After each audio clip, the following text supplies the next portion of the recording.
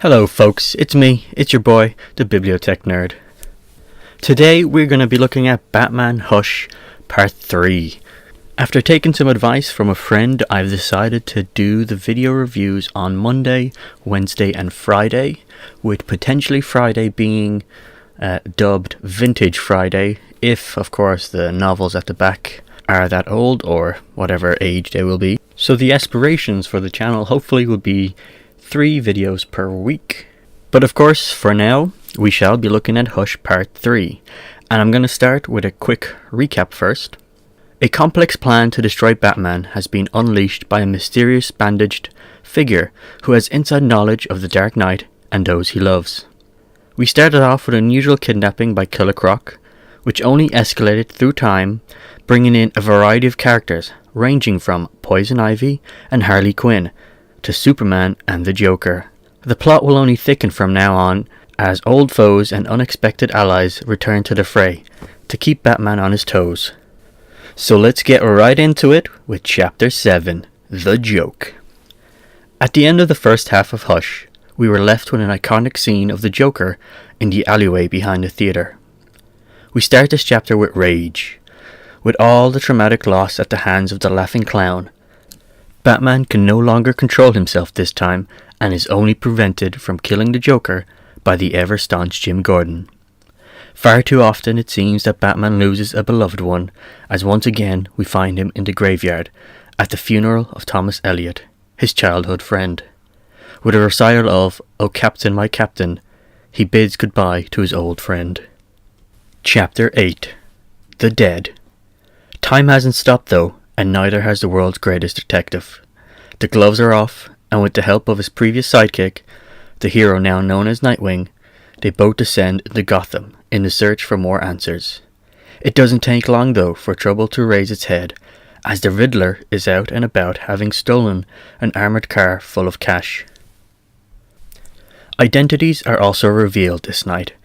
The bandages come off from the mysterious man in front of the Joker, while Batman reveals his true identity to Catwoman. A new dynamic has now been put into place for this story arc. We end this chapter with a bold kidnapping of Talia al Ghul by Batman from her LexCorp jet while it was flying in the air. Chapter 9, The Assassins. Although the high-altitude kidnapping of Talia was an impressive feat, one doesn't mess with the demon's head and expect no repercussions. We return to the Batcave to find a sword stuck through the main computer, and a fearful Batman as he goes to check on Alfred to see whether he was harmed. At the same time, in Gotham suburbs, we see the mysterious man take his bandages off in front of Jim Gordon. It's no longer a Two-Face, but in fact it's Harvey Dent that's standing in front of Gordon. With another time-lapse, in a land far away, under the desert night, Batman comes across the awaiting Ra's al Ghul. Silver flashes and swords collide in the cold air, as no quarter is given to Batman in this harsh land. Meanwhile, back in Gotham, while keeping an eye on Talia, Catwoman gets ambushed by the assassin Shiva. Although the Bat is able to defeat the demon's head, Catwoman is no match against the trained assassin and suffers defeat. The Interlude Chapter, The Cave. We are given an extra, very short chapter that shows us a confrontation between Catwoman and Robin within the Batcave. The young Tim Drake distrusts Catwoman and leaves no time to showing it. This concludes part 3 of the summaries, and the last 3 chapters will be left for next video. And as always, now I'm going to be moving on to the opinion piece. But a quick word. A friend of mine pointed this out on my previous video. I had completely forgotten to mention the writer Jeph Loeb and the main artist Jim Lee's name. So I will make sure that every time I do the videos that I'll do the writer and the artist at the start instead of halfway through. Now, moving on to the story/plotline. Once again, the writing here is outstanding. Batman is at his lowest. The trauma that has been caused by the Joker in previous encounters has finally bubbled up to the top, unleashing a torrent of rage from the Bat. so much that he even contemplates ending the Joker's life. This is that make or break moment in the hero's journey. His one adamant virtue of not taking a life is about to be broken. The fact that he even turns on Selina at this moment kind of really emphasizes the emotional trauma that has been built up beneath the surface, the sacrifices that had to be made, and the countless lives that had been lost to maintain the moral high ground and not fall to the Joker's level. What makes this whole thing even better is the contrast when Jim Gordon is brought in.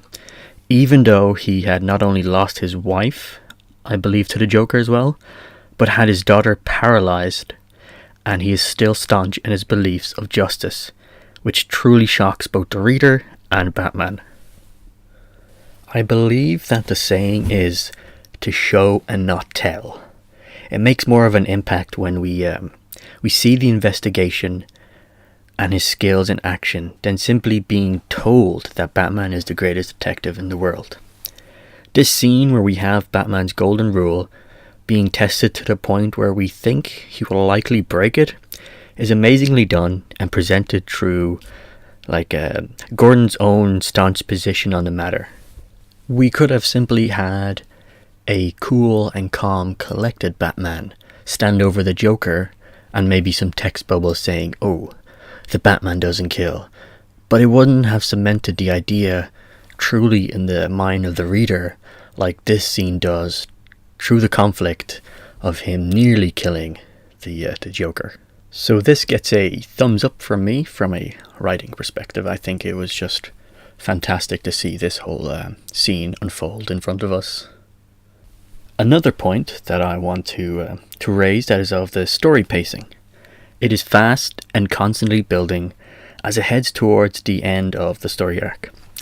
We don't fully notice or understand the reasoning behind the structure or structuring the story like this until the very end. I think it does a very good and subtle job of hooking onto the reader and ensuring that one can't really put the book down. So although Harvey Dent is supposedly have been revealed his bandages and he is this mysterious figure, the combination with the art would also change the storyline in a sense, as in, why can't we see his face? Are we really sure that this is the actual final reveal? This kind of goes back to my previous two videos when I said mystery. Everyone loves a good mystery, and even though we're kind of given hints, it is played so well in the comic that we are still wondering, even if we are given a little crumb here and there. Now, speaking of art, once again, the art is of course very stunning and fantastic. My favourite panel at the moment definitely has to be the close-up of Batgirl's face. The way it is painted, it looks like watercolours to me, though I'm unsure. Really complements the nostalgia flashback effect it was trying to go for. The red overlay for the tragic scenes really emphasizes their importance and traumatic effect they had on the Bat.